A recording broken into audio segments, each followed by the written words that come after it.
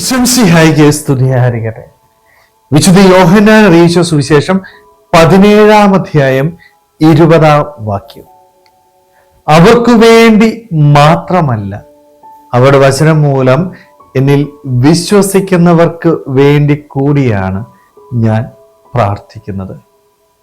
ഈശോയുടെ പ്രാർത്ഥന ശിഷ്യന്മാർക്ക് വേണ്ടി മാത്രമല്ല, മറിച്ച് അവന്റെ വചനത്തില് അടിയുറച്ച് വിശ്വസിക്കുന്ന ഓരോരുത്തർക്കും വേണ്ടിയാണ് എന്ന് വചനത്തിലൂടെ ഈശോ നമ്മളെ ഓർമ്മിപ്പിക്കുകയാണ്. ഈശോ എനിക്ക് വേണ്ടി പ്രാർത്ഥിക്കണമെങ്കിൽ ഞാൻ എന്താ ചെയ്യേണ്ടത്? എൻ്റെ ജീവിതത്തില് ദൈവവചനത്തില് അടിയുറച്ച് വിശ്വസിക്കാനായിട്ട് സാധിക്കണം. അവന്റെ വചനമനുസരിച്ച് ജീവിക്കാനായിട്ട് ഞാൻ തയ്യാറായാല് എനിക്ക് സഹായം എന്ന് പറയുന്നത് അവന്റെ പ്രാർത്ഥനയാ.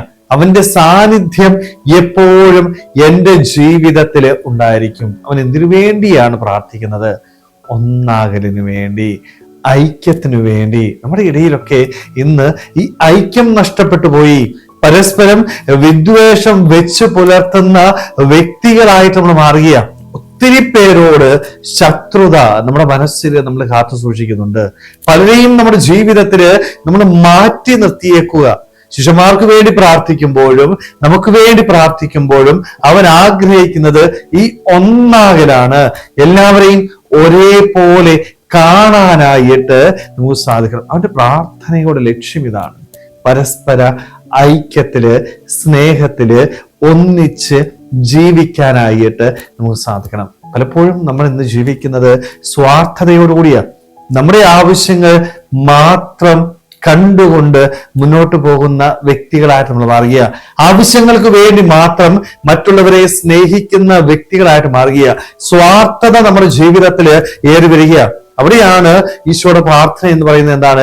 എല്ലാവരെയും നീ സ്നേഹിക്കണം, എല്ലാവർക്കും നീ നന്മ ചെയ്യണം. ഒരിക്കലും തിരിച്ചു കിട്ടും എന്ന് പ്രതീക്ഷിച്ചുകൊണ്ടല്ല, അല്ലെങ്കിൽ സ്വാർത്ഥത നിറഞ്ഞ മനോഭാവത്തോടു കൂടിയല്ല നീ സ്നേഹിക്കേണ്ടത്, മറിച്ച് ഉള്ളു നിറഞ്ഞ് സ്നേഹിക്കാൻ പറ്റണം.